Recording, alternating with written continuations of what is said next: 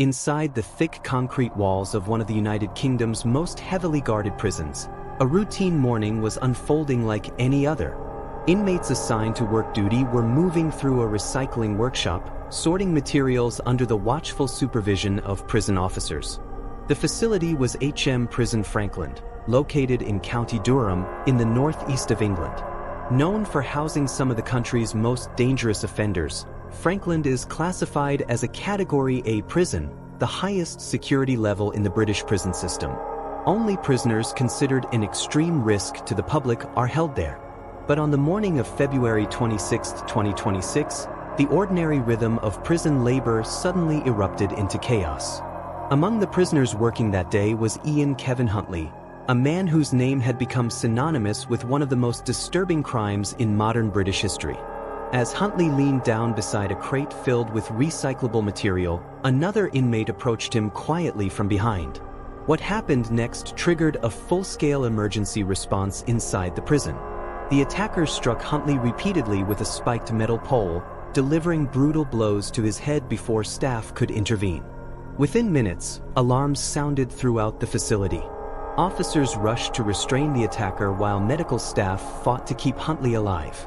He was quickly transported to hospital with devastating injuries. Within hours, news of the incident began spreading across the United Kingdom. And when the public learned who the victim was, the reaction was immediate. Because the man who had just been violently attacked inside one of Britain's most secure prisons was one of the most notorious criminals the country had ever seen. HM Prison Frankland sits on the outskirts of Durham, surrounded by layers of fencing, security checkpoints, and surveillance systems. It is not an ordinary prison. Facilities like Frankland exist specifically to house offenders who are considered too dangerous for standard prison environments. The inmates held there include serial killers, terrorists, and criminals whose actions have shocked the nation. Every aspect of life inside such a prison is tightly controlled. Prisoners move through the facility only under escort. Work assignments are supervised closely. Even simple daily routines are carefully structured to minimize conflict. Despite these precautions, violence can still occur behind the walls. And sometimes, it involves prisoners whose names have already become infamous across the country. Viewer discretion is advised. Welcome to Famous Crime Cases, where we uncover stories that challenge what you think you know about humanity. One such inmate had been held inside Frankland for many years. His name was Ian Huntley. To understand why Huntley was such a controversial prisoner, it's necessary to go back more than 2 decades. In August 2002, 2 10-year-old girls disappeared from the quiet town of Soham, in Cambridgeshire. Their names were Holly Wells and Jessica Chapman. The girls had left their homes to buy sweets and were expected to return shortly afterward. But when they failed to come back, their families quickly raised the alarm. What followed became one of the largest missing person investigations in British history. Police, volunteers, and members of the public joined together in a desperate search effort that stretched across fields, rivers, and nearby villages. 4 days, the entire country watched and hoped for good news. But that hope soon faded. Just over a week after their disappearance, the bodies of the 2 girls were discovered near an RAF base outside Soham. The nation was horrified. Investigators soon focused on a man who had initially appeared to be helping with the search. That man was Ian Huntley. At the time of the murders, Huntley worked as a school caretaker at Soham Village College, the very school the 2 girls attended. In the early days of the investigation, he had spoken to the media and even described seeing the girls shortly before they vanished. But as detectives examined the evidence more closely, his story began to fall apart. Eventually, police uncovered enough evidence to charge him with the murders. In 2003, Huntley was convicted and sentenced to life imprisonment. Later rulings determined that he must serve a minimum of 40 years before even being considered for release. The case had devastated the country. And inside prison, Huntley quickly became one of the most hated inmates in the system. Because of the nature of his crimes, Huntley was frequently targeted by other prisoners. In 2005, another inmate threw boiling water over him in an attack that left him with serious injuries. 5 years later, in 2010, a different prisoner used a sharpened metal object to slash at Huntley's neck. Despite these assaults, he remained alive and continued serving his sentence within the high-security prison network. By the mid-2020s, Huntley was still incarcerated at HM Prison Frankland. But by that time, another extremely dangerous offender had entered the prison system. And eventually, the paths of these two men would cross. The second man involved in the prison attack was Anthony Russell. Russell was born on April 16, 1982. By the year 2020, he was living in Coventry, in the West Midlands of England. At the time, he was already known to local police and had struggled with addiction and instability in his personal life. But in October 2020, his actions escalated into a series of crimes that would shock investigators and horrify the public. Over the course of just 1 week, Russell carried out a violent crime spree that left multiple victims dead. The first victim was a man named David Williams, who was 32 years old. Russell had become convinced that Williams was involved in a relationship with his girlfriend. Police later determined that this belief was completely unfounded.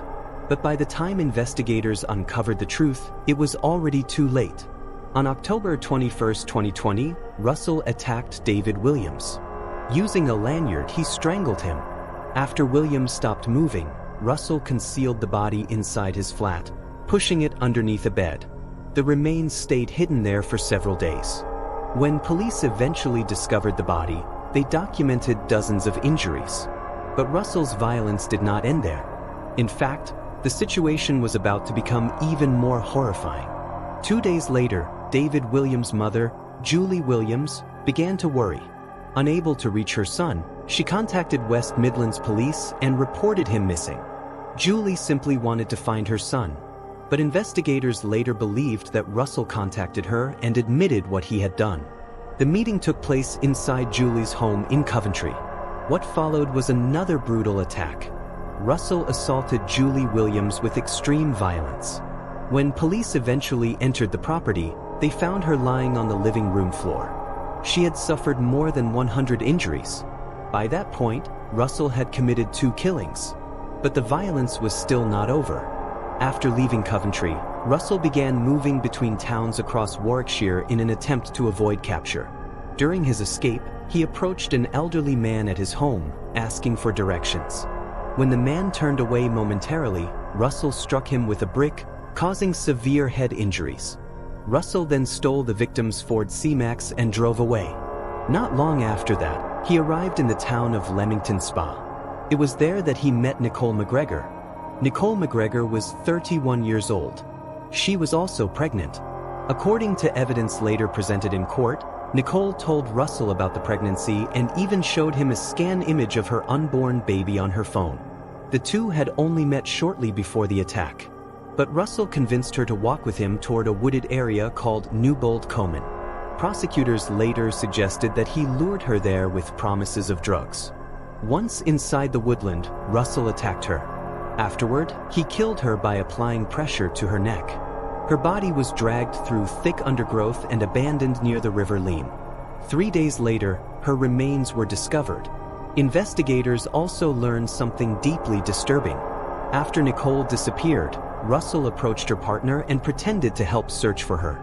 At one point, he even made a chilling remark about the unborn baby.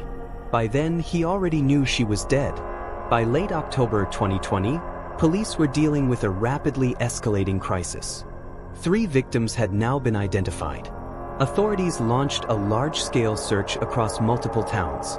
Russell continued traveling in the stolen Ford C-Max, but his attempt to escape eventually failed.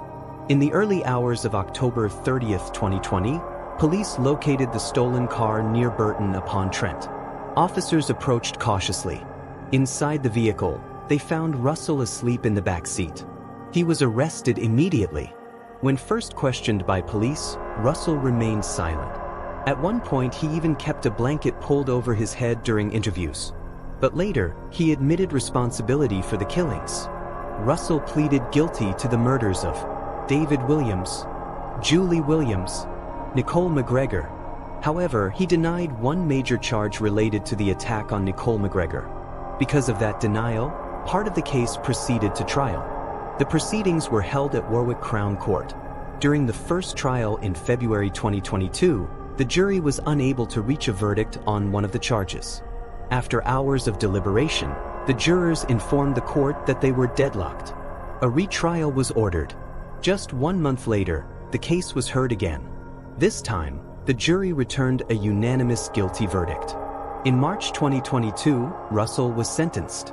The court imposed a whole life order, the harshest punishment available under British law.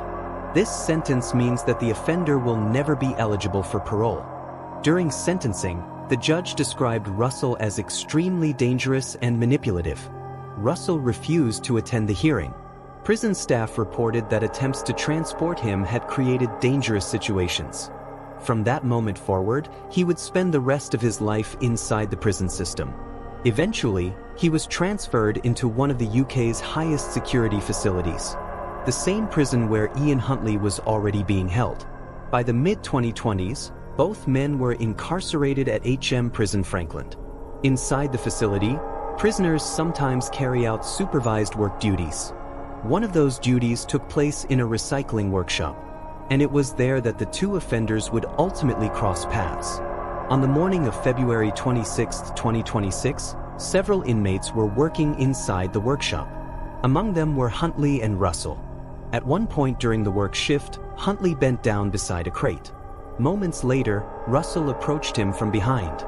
According to reports, Russell had armed himself with a spiked metal pole. Without warning, he began striking Huntley in the head. Prison staff quickly intervened and restrained Russell. Huntley was rushed to hospital with catastrophic injuries. Doctors later reported severe brain trauma and multiple skull fractures. He was placed in an induced coma. For several days, he remained in critical condition. Then, on March 7, 2026, Huntley died in hospital at the Royal Victoria Infirmary in Newcastle. He was 52 years old. Authorities identified Anthony Russell as the suspected attacker. According to reports, he allegedly shouted, "I've done it. I've killed him."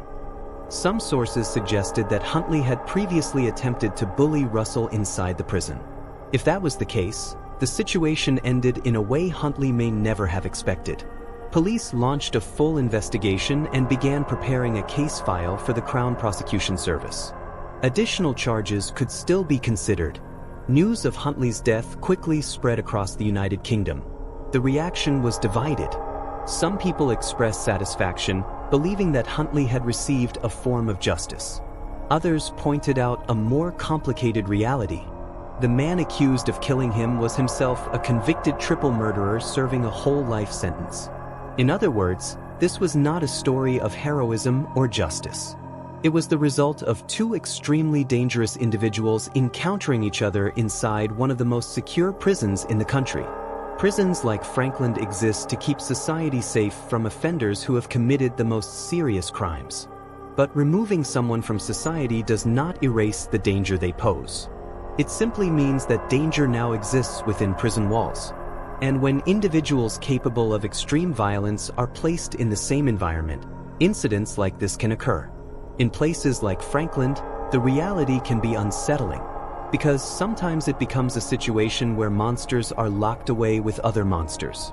And when those worlds collide, the consequences can be deadly. If you found this story meaningful, consider subscribing to Famous Crime Cases for more real-life investigations and human stories.